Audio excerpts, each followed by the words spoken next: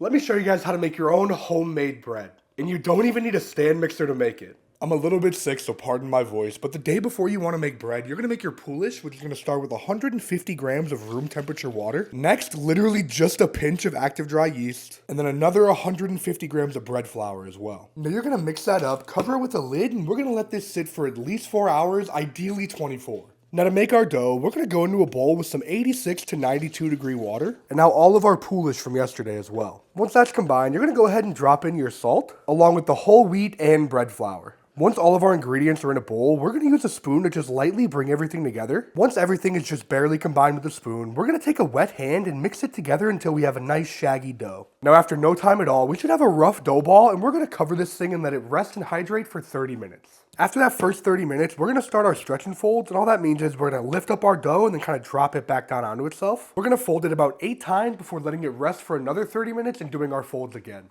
Now after our second set of folds, we're going to cover this again and let it finish its bulk ferment for another hour. After that hour's passed, we're going to get our dough onto a floured work surface, and we're going to start pinching in those centers to make our dough ball nice and taut. Once you have a beautifully shaped loaf, we're going to go ahead and hit a towel in a bowl with some more flour, and we're going to place our loaf in seam side up, and I promise this is the last time, but we're going to proof this for another hour. Now after all your patience, it is finally time to bake. We're going to go ahead and take our loaf seam side down and put it onto some parchment paper. And now it's time to get creative and score this up however you'd like. Now we're finally ready to softly drop our loaf into a very preheated Dutch oven. And we're going to bake this at 485, covered for 18 minutes, then uncovered for 35 minutes. And now after it's time in the oven, you're left with this absolute beauty. Now I know it's incredibly tempting and you've already waited so long, but trust me, you have to let this rest before you cut into it. And I promise if you stick with it, your patience will absolutely be rewarded. All right, cheers everybody.